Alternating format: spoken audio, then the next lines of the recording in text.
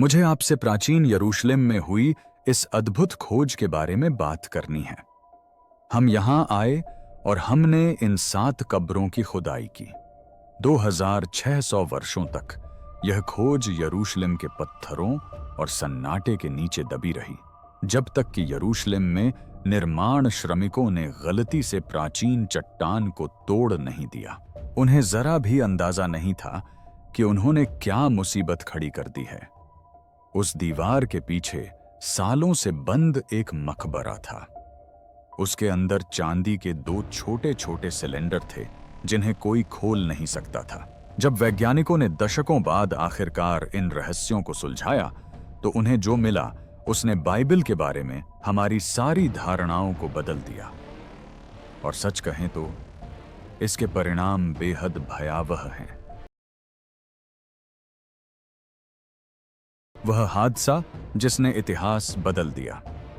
आइए 1979 में यरूशलेम की यात्रा पर वापस चलें। शहर तेजी से फैल रहा था। निर्माण दल शहर के पश्चिमी ढलान पर स्थित पथरीली पहाड़ी की खुदाई कर रहे थे। इस क्षेत्र को केतेफ हिन्नोम कहा जाता है, जिसका शाब्दिक अर्थ है हिन्नोम घाटी का कंधा। यह काफी शांतिपूर्ण लगता है, लेकिन बाइबल के ग्रंथों में इस घाटी का एक अंधकारमय इतिहास है। प्राचीन लेखकों ने इसे आग और मृत्यु का स्थान बताया है। कुछ विद्वानों का मानना है कि इसी से नरक की अवधारणा का जन्म हुआ। जिस घाटी में ये मजदूर खुदाई कर रहे थे, उस पर हजारों वर्षों का अंधकारमय आध्यात्मिक बोझ था। मजदूर मलबा हटा रहे थे, तभी कुछ अप्रत्याशित घटित हुआ। उनके उपकरण एक खाली जगह में घुस गए। उन्होंने गलती से एक भूमिगत कक्ष का प्रवेश द्वार खोल दिया था। जब पुरातत्वविद जांच करने पहुंचे तो उन्हें एहसास हुआ कि यह जमीन में खोदा गया कोई साधारण छेद नहीं था। उन्हें चूना पत्थर की चट्टानों में आशी गई एक कब्रगाह मिली, और यरूशलेम में खोजी गई लगभग हर दूसरी प्राचीन कब्र के विपरीत इसे कभी खोला नहीं गया था। इसकी मुहर बरकरार थी। 2500 साल पहले जब इसे बंद किया गया था, तब से इस जगह में कोई नहीं गया था। जरा इस पर गौर कीजिए।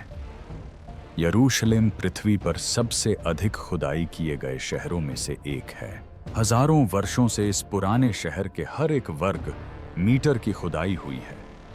इस पर लड़ाइयां हुई हैं, इसका पुनर्निर्माण हुआ है और फिर से खुदाई हुई है। सेनाएं यहां से गुजरी हैं, साम्राज्य उठे और गिरे हैं। यह शहर अनगिनत बार नष्ट होकर पुनर्निर्मित हो चुका है। वहां किसी अछूते प्राचीन स्थल को खोजना लगभग असंभव है। फिर भी यह स्थल यहां मौजूद था। प्रथम मंदिर काल का एक समय सारणी जो 2.5 सहस्राब्दी से अधिक समय से सीलबंद पड़ा था। ऐसा लग रहा था मानो इतिहास स्वयं अपनी सांस रोके बैठा हो। पुरातत्वविद गैब्रियल बारक्वेट ने खुदाई का नेतृत्व किया।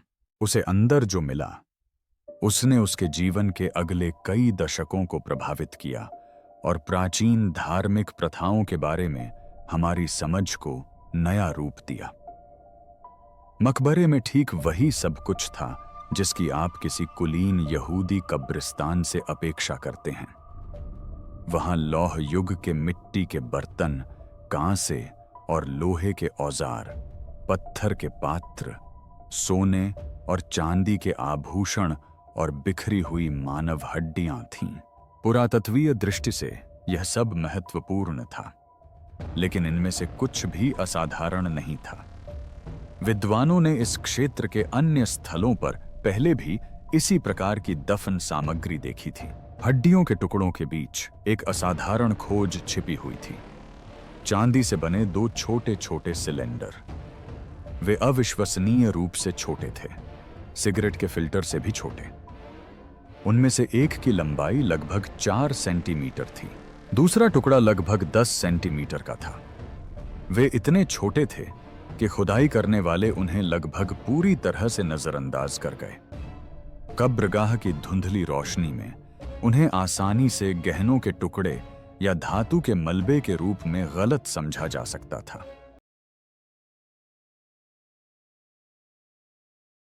गहन जांच करने पर ही उनकी वास्तविक प्रकृति का पता चला। ये ऐसी वस्तुएं थीं जिन्हें कोई खोल नहीं सकता था। जब संरक्षण विशेषज्ञों ने इन चांदी के सिलेंडरों की और बारीकी से जांच की तो उन्हें एक चौंकाने वाला तथ्य पता चला। ये ठोस धातु की वस्तुएं नहीं थीं। ये चांदी की पतली चादरें थीं जिन्हें सावधानीपूर्वक बेलनाकार आकार में लपेटा गया था। किसी ने इन्हें बेलनाकार रूप देने से पहले इन चादरों पर कुछ उकेरा था और इन ग्रंथों को अंतिम संस्कार की रस्म के हिस्से के रूप में जानबूझकर मृतक के साथ रखा गया था। ये आकस्मिक रूप से नहीं रखे गए थे। ये जानबूझकर अर्पित किए गए थे ताकि मृतक के साथ आने वाले अंतिम समय में उनका साथ दिया जा सके। चांदी अविश्वसनीय रूप से शुद्ध थी, लगभग 99%। चादरों को पीट पीट कर इतना पतला बनाया गया था कि वे केवल कुछ मिलीमीटर मोटी थीं। इन वस्तुओं को बनाने वाला कारीगर प्राचीन धातु विज्ञान की चरम सीमाओं पर काम करने वाला एक कुशल शिल्पकार था। इन ग्रंथों में बीचों बीच छेद होने के निशान मिले, जिनसे पता चलता है कि इन्हें जीवन काल में गले में डोरी से बांधकर पहना जाता था। ये ताबीज थे, व्यक्तिगत सुरक्षा कवच, जिन्हें लोग प्रतिदिन पहनते थे और फिर अपने साथ कब्र में ले जाते थे। ये धार्मिक आस्था की अभिन्न वस्तुएं थीं। लेकिन यहां एक ऐसी समस्या थी जो पुरातत्वविदों को वर्षों तक परेशान करती रही। ये पांडुलिपियां इतनी कसकर लिपटी हुई और इतनी नाजुक थीं कि इन्हें खोलने का कोई भी प्रयास इन्हें पूरी तरह से नष्ट कर देता। सदियों से चांदी में जंग लग गई थी, धातु भंगुर और अस्थिर हो गई थी। जरा से स्पर्श से ही वह चटक जाती और चूर चूर हो जाती थी। वैज्ञानिकों के सामने एक असंभव विकल्प था। वे या तो पांडुलिपियों को सील बंद ही रहने देते और कभी नहीं जान पाते कि अंदर क्या लिखा है, या फिर वे उन्हें खोलने की कोशिश करते और इस प्रक्रिया में सब कुछ खोने का जोखिम उठाते। दोनों में से कोई भी विकल्प स्वीकार्य नहीं था। वर्षों तक ताबीज सुरक्षित प्रयोगशाला में रखे रहे, जबकि पुरातत्व समुदाय इस बात पर अंतहीन बहस करता रहा कि क्या किया जाए। उन्होंने उस समय उपलब्ध हर गैर आक्रामक तकनीक को आजमाया। एक्स-रे भी कसकर लिपटी धातु की परतों को भेद कर अंदर के शिलालेखों को प्रकट नहीं कर सकते थे। प्रारंभिक इमेजिंग तकनीक इतनी अविकसित थी कि पन्नों को खोले बिना लेखन को पढ़ना संभव नहीं था। इन पांडुलिपियों ने अपने रहस्य छुपाए रखे, जिससे इनका अध्ययन करने वाले सभी लोग निराश हुए। ऐसा लग रहा था कि यह रहस्य शायद कभी सुलझ नहीं पाएगा। नई फोटोग्राफिक तकनीकों, सूक्ष्मदर्शी इमेजिंग और बेहद सावधानीपूर्वक हाथ से चादरों को खोलकर छानबीन करने के 3 साल के अथक परिश्रम के बाद ही वैज्ञानिक आखिरकार उन प्राचीन चांदी की चादरों पर लिखे हुए को देख पाए। यह प्रक्रिया बेहद धीमी और कष्टदायक थी। हर मिलीमीटर की प्रगति से सदियों पुराने संरक्षित ग्रंथों के नष्ट होने का खतरा था। लेकिन जब काम आखिरकार पूरा हुआ तो शोधकर्ताओं ने जो पाया उससे वे दंग रह गए। इसके परिणाम उनकी कल्पना से कहीं अधिक भयावह थे। ईश्वरीय नाम प्रकट हुआ। जब अंततः पांडुलिपियों को खोला गया और पंक्ति दर पंक्ति उनकी तस्वीरें ली गईं, तो पुरातत्वविदों ने कुछ उल्लेखनीय देखा। ये यादृच्छिक खरोंचें या सजावटी पैटर्न नहीं थे, जैसा कि कुछ लोगों ने अनुमान लगाया था। यरूशलेम में मिले इन चांदी के ग्रंथों में बाइबल का सबसे पुराना जात पाठ समाहित है, जो मृत सागर के ग्रंथों से भी सैकड़ों वर्ष पुराना है।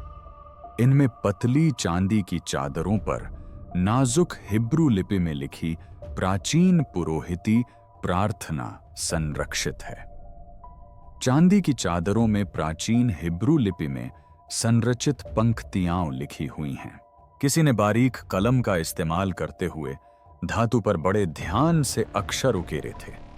हर अक्षर को बड़ी सटीकता से नरम चांदी पर उकेरा था। लिखावट सुनियोजित थी, सुसंगत थी, और सबसे महत्वपूर्ण बात यह थी कि इतने सदियों बाद भी वह पठनीय थी। यह लिपि प्राचीन हिब्रू थी, जो बेबीलोन की विजय से पहले यहूदा के प्राचीन राज्य में प्रयुक्त वर्णमाला थी। यह वह वर्गाकार हिब्रू लिपि नहीं थी जिसे आज अधिकांश लोग पहचानते हैं। यह लेखन का एक पुराना, अधिक कोणीय रूप था जो ईसा मसीह के जन्म से सदियों पहले आम उपयोग से बाहर हो गया था। अक्षरों के आकार और कब्र के पुरातात्विक संदर्भ के आधार पर विद्वानों ने ताबीजों को ईसा पूर्व 7वीं शताब्दी के अंत या 6ठी शताब्दी के आरंभ का बताया है। इससे पता चलता है कि ये शिलालेख प्रथम मंदिर काल के अंतिम दशकों में लिखे गए थे, यरूशलेम के विनाश और यहूदी लोगों के बेबीलोन में निर्वासन से ठीक पहले। लेकिन सबसे चौंकाने वाली खोज अभी बाकी थी। जब विद्वानों ने शिलालेखों का और अधिक सावधानीपूर्वक विश्लेषण किया और प्रत्येक अक्षर की तुलना उस काल के जात उदाहरणों से की, तो उन्हें 4 ऐसे हिब्रू अक्षर मिले जिन्हें देखकर उनके रोंगटे खड़े हो गए। यहोवा, ईश्वर का दिव्य नाम। संपूर्ण हिब्रू धार्मिक परंपरा का सबसे पवित्र शब्द उन छोटे छोटे चांदी के टुकड़ों पर उकेरा गया था। यहूदी परंपरा में यह नाम इतना पवित्र है कि इसे कभी भी जोर से नहीं बोला जाता। बाद में लेखकों ने इसे लिखने के लिए विस्तृत अनुष्ठान विकसित किए। वे विशेष रूप से तैयार स्याही में डूबी हुई नई कलम का उपयोग करते थे। प्रत्येक अक्षर बनाने से पहले वे प्रार्थना करते थे। वे काम शुरू करने से पहले स्वयं को शुद्ध करते थे। कुछ परंपराओं के अनुसार ईश्वर का नाम लिखते समय गलती करने वाले लेखक को पूरी पांडुलिपि दफना देनी पड़ती है। नाम का आध्यात्मिक महत्व इतना अधिक है और इसके प्रति इतना आदर और श्रद्धा आवश्यक है। और यह रहा लगभग 3000 साल पहले छोटे छोटे व्यक्तिगत ताबीजों पर खुदा हुआ। यह बाइबल के संदर्भ में अब तक खोजे गए ईश्वर के नाम के सबसे शुरुआती भौतिक प्रमाणों में से एक था। वह आशीर्वाद जो युगों तक कायम रहा। विश्व भर की कई प्रयोगशालाओं ने इन लेखों की पुष्टि करने के लिए काम किया। प्राचीन हिब्रू पुरालेख विद्या के विशेषज्ञों ने अक्षरों के स्वरूप की तुलना उसी काल के अन्य ज्ञात शिलालेखों से की। पदार्थ वैज्ञानिकों ने चांदी की संरचना का विश्लेषण करके इसकी प्राचीनता की पुष्टि की।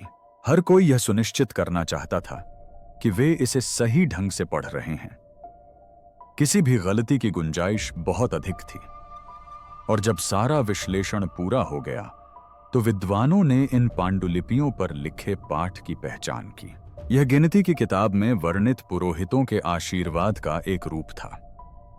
आपने शायद यह आशीर्वाद पहले भी सुना होगा, भले ही आपको इसका आधिकारिक नाम पता न हो। प्रभु आपको आशीर्वाद दें और आपकी रक्षा करें। प्रभु अपना चेहरा तुम पर चमकाएं और तुम पर कृपा करें। प्रभु अपना मुखड़ा तुम पर उठाएं और तुम्हें शांति प्रदान करें। ये शब्द आज भी दुनिया भर के आराधनालयों और गिरजाघरों में पढ़े जाते हैं। हजारों वर्षों से ये वचन विवाहों, अंत्येष्टि, बपतिस्मा, बार मिट्जवा और हर प्रकार के धार्मिक समारोहों में बोले जाते रहे हैं। ये मानव इतिहास के सबसे प्रसिद्ध धार्मिक वचनों में से हैं और ये यहाँ प्राचीन यरूशलेम में मृतकों के साथ दफनाए गए चांदी के पन्नों पर खुदे हुए थे और लगभग उसी रूप में लिखे गए थे जो आज इस्तेमाल होने वाली हिब्रू बाइबल में संरक्षित है। शब्द बिल्कुल मेल खाते थे, संरचना एकदम सटीक थी, अर्थ भी पूर्णतः एक ही था। एक प्रार्थना जिसे आधुनिक सभाएं हर सप्ताह पढ़ती हैं, वह 2600 वर्ष से भी अधिक समय पहले धातु के ताबीजों पर अंकित थी। समय के साथ जुड़ाव निर्विवाद और अत्यंत मार्मिक था। बाइबल के इतिहास का पुनर्लेखन। इस खोज से पहले हिब्रू बाइबल के सबसे पुराने ज्ञात ग्रंथ डेड सी स्क्रॉल्स थे। ये पांडुलिपियां लगभग दूसरी शताब्दी ईसा पूर्व से पहली शताब्दी ईस्वी तक की हैं। 1940 और 1950 के दशक में कुमरान के पास की गुफाओं में इनकी खोज को क्रांतिकारी माना गया था।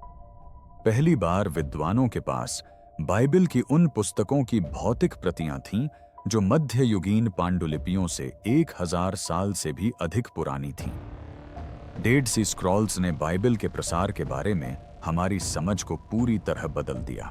केटफ हिन्नोम ताबीजों ने उस समय रेखा को और 400 साल पीछे धकेल दिया। 400 साल। आइए इसे परिप्रेक्ष्य में देखें। यह अमेरिका के अस्तित्व में आने से भी अधिक लंबा समय है। यह शेक्सपियर और आज के समय के बीच के अंतराल से भी अधिक लंबा है। यह पूरे प्रोटेस्टेंट धर्म सुधार आंदोलन से भी अधिक लंबा है। चांदी की ये छोटी छोटी पांडुलिपियां बाइबल की दुनिया से सीधा भौतिक संबंध स्थापित करती हैं, जो अब तक मिली किसी भी चीज से सदियों पुरानी है। कई विद्वानों का मानना है कि बाइबल की पहली 5 पुस्तकें तोराह बेबीलोन के निर्वासन के दौरान या उसके बाद लिखी गई थीं। कुछ सिद्धांतों के अनुसार बेबीलोन या बाद में यरूशलेम के पुजारियों ने अपने समय के राजनीतिक या धार्मिक उद्देश्यों की पूर्ति के लिए इस ग्रंथ के बड़े हिस्से को गढ़ा था। माना जाता था कि ये दस्तावेज प्राचीन परंपराओं को सटीक रूप से संरक्षित करने के बजाय उस समुदाय की जरूरतों के अनुसार बनाए गए थे जिसने उन्हें बनाया था। ये ताबीज इस धारणा को काफी जटिल बना देते हैं। यदि पुरोहितों का आशीर्वाद निर्वासन से पहले ही अपने प्रामाणिक रूप में मौजूद था, तो और क्या-क्या लिखा और मानकीकृत किया गया था। यदि यरूशलेम के आम लोग शहर के बेबीलोनियों के हाथों में जाने से दशकों पहले ही बाइबल की आयतों को सुरक्षात्मक ताबीज के रूप में अपने गले में पहनते थे, तो प्राचीन यहूदा में बाइबल का ज्ञान कितना व्यापक था। वह धार्मिक परंपरा कितनी स्थापित थी जिसे हम बहुत बाद में विकसित मानते हैं। ये ग्रंथ यह साबित नहीं करते कि मूसा ने पूरी तौराह को सिनाई पर्वत पर ठीक उसी तरह लिखा था जैसा कि परंपरा कहती है। पुरातत्व विज्ञान इस तरह काम नहीं करता, लेकिन वे इस बात को ठोस रूप से साबित करते हैं कि बाइबल परंपरा के प्रमुख तत्व पहले मंदिर के नष्ट होने के समय से ही प्राचीन थे। ये निर्वासितों द्वारा विदेशी भूमि में अपनी पहचान बनाए रखने के प्रयास में रची गई नई रचनाएं नहीं थीं। ये पवित्र सूत्र पीढ़ियों से दैनिक धार्मिक अनुष्ठानों में गहराई से समाहित थे। इन ताबीजों का समय इन्हें और भी उल्लेखनीय और मार्मिक बनाता है। इन्हें यहूदी इतिहास की सबसे बड़ी आपदाओं में से एक से ठीक पहले के अंतिम दशकों में दफनाया गया था। 586 ईसा पूर्व में बेबीलोन के राजा नेबुचदनेजर ने यरूशलेम को घेर लिया। प्रथम मंदिर काल की शुरुआत तब होती है जब सुलेमान ने 10वीं शताब्दी ईसा पूर्व में यरूशलेम में मंदिर का निर्माण किया था और 586 ईसा पूर्व में बेबीलोनियों द्वारा इसे नष्ट कर दिया गया, जिससे प्रथम मंदिर काल का अंत हो गया। उसकी विशाल सेनाओं ने शहर को घेर लिया और सभी आपूर्ति काट दी। महीनों की भूखमरी और कष्ट के बाद उसकी सेना ने दीवारों को तोड़ दिया।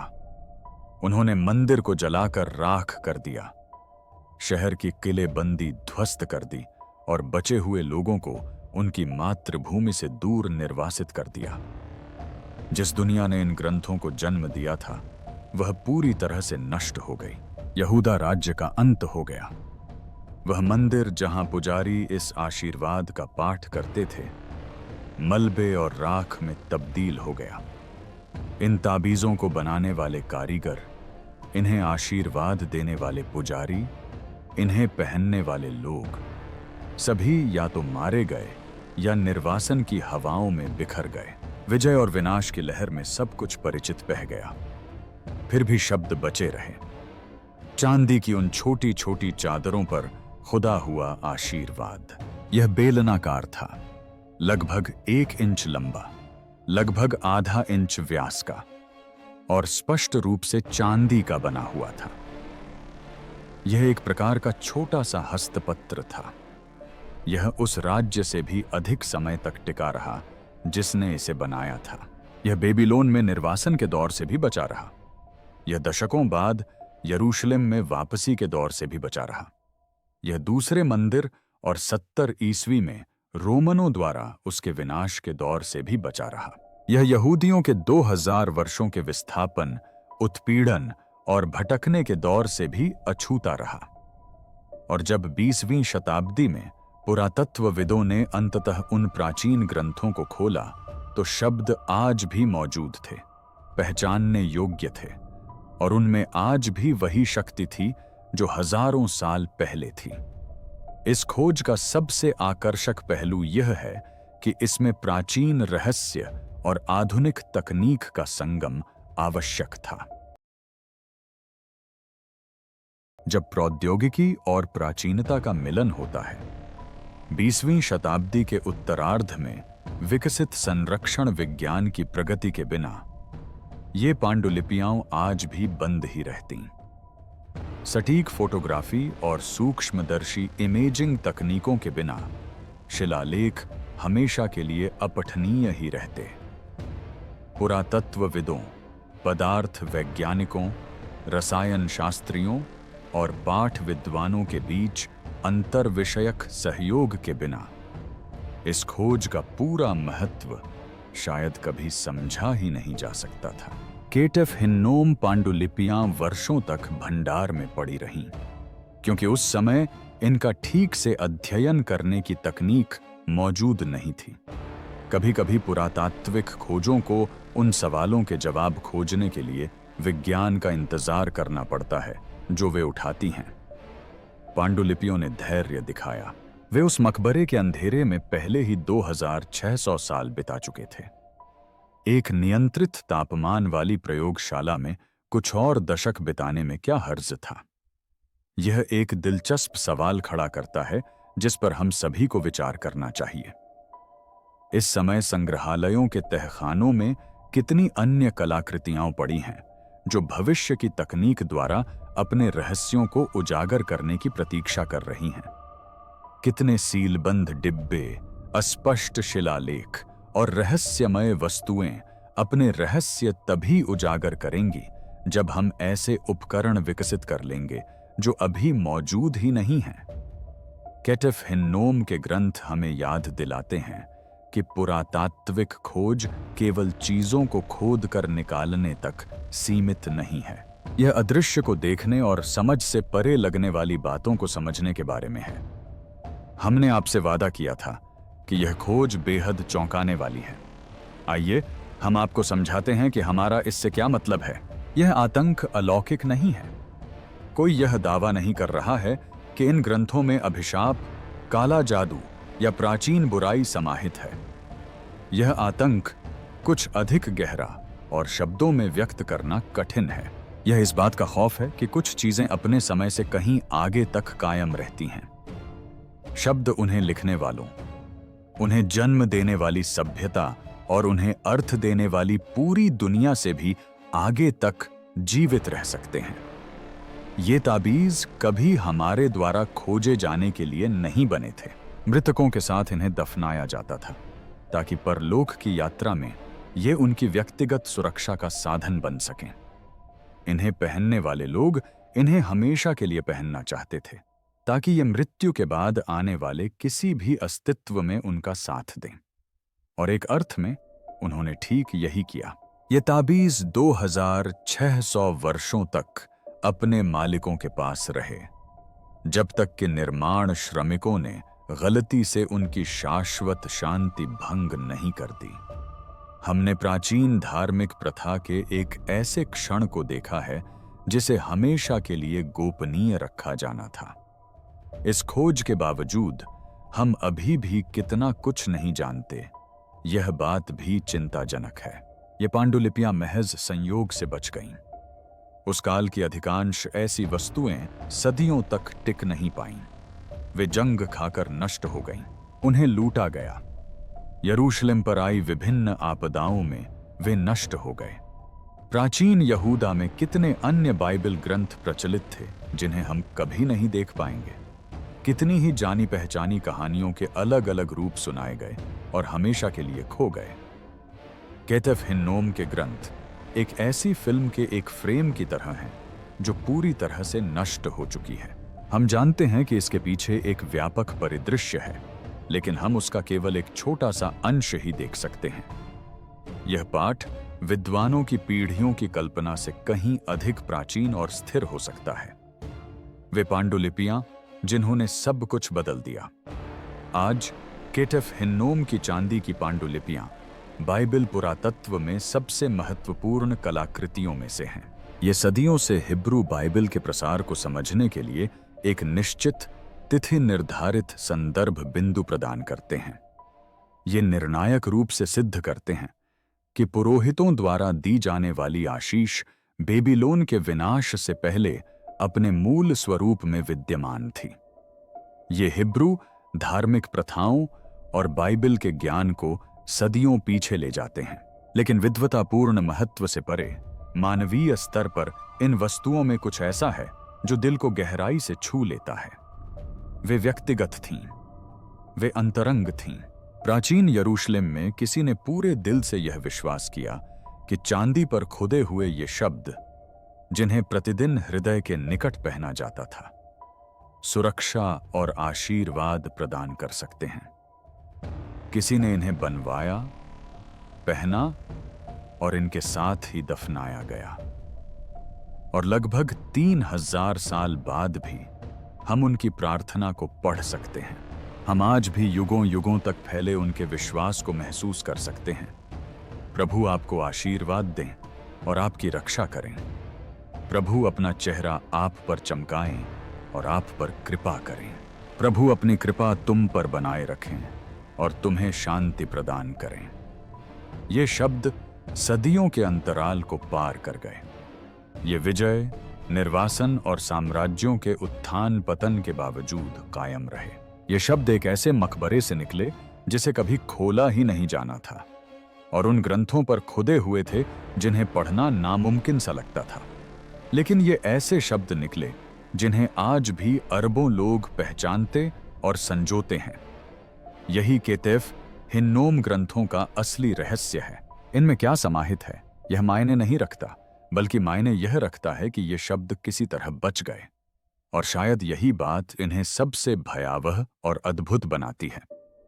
यह हमें याद दिलाता है कि कुछ शब्द हमेशा के लिए अमर रहने के लिए बने होते हैं। इस भयावह खोज के बारे में आपके क्या विचार हैं? अपने विचार कमेंट में साझा करें।